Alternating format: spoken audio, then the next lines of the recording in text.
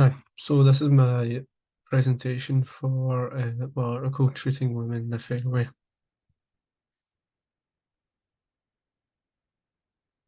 So, thinking behind the story, so as an avid golfer, I noticed there's an inherent discrimination towards women in the sport.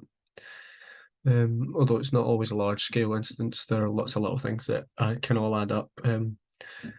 So I sought out to find if it's a distressing issue for women in the game, if it impacts the numbers of women that play golf in Scotland, and if there's any other reasons why participation rates for women are much lower than men. So on that, only 14% of golf members in Scotland are women. So with this topic, you need to watch out for the ethics behind it. So it was important to be ethical with my articles, to not offend women who play the game, but also not to say that all men are discriminatory to women in golf, as that's clearly not the case. It's just a minority. Although with it being a minority, it's still important. So just a bit of referencing, Dr. P. Vanishri Sa et al. Said ethics are a societal discussion of what ought to be considered for overall human well-being, including the broader concepts of fairness, justice, and injustice.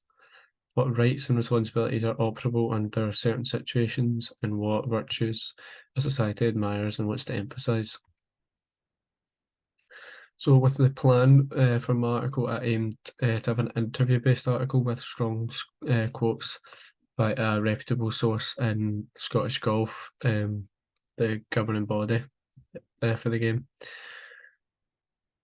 So I contacted Scottish Golf directly to try and get an interview with their best source, and I was put in contact with the head of marketing and communications for their organisation, Francesca Diamond. So when I was making the article, I was very happy with my interview because it was in depth. I think it was about 20 minutes long. And Francesca was very passionate on the subject, and she provided some hard-hitting quotes.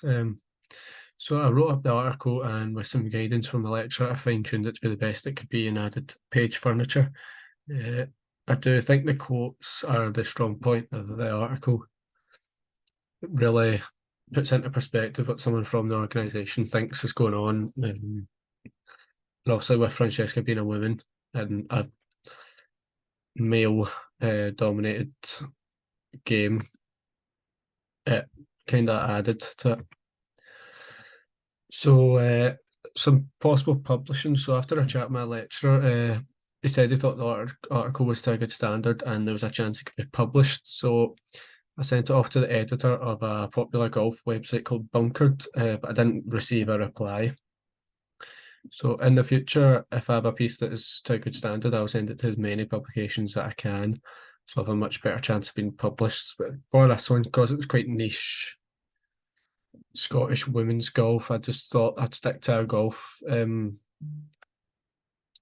publishing site. So, but now thinking back in hindsight, I should have just sent it to as many as I could and just seen what happened.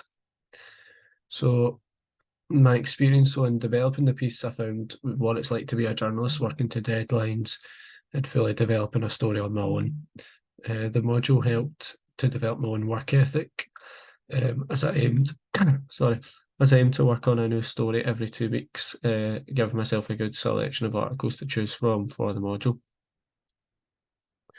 So Susan Greenberg from Roehampton University states, although there's a long-running debate about whether journalism should be categorised as a profession or about the factors that distinguish it from other professions, such as medicine or teaching, where practical skills are used in a workplace within a framework of conventions and standards, it's commonly accepted that parallels with professional education are useful.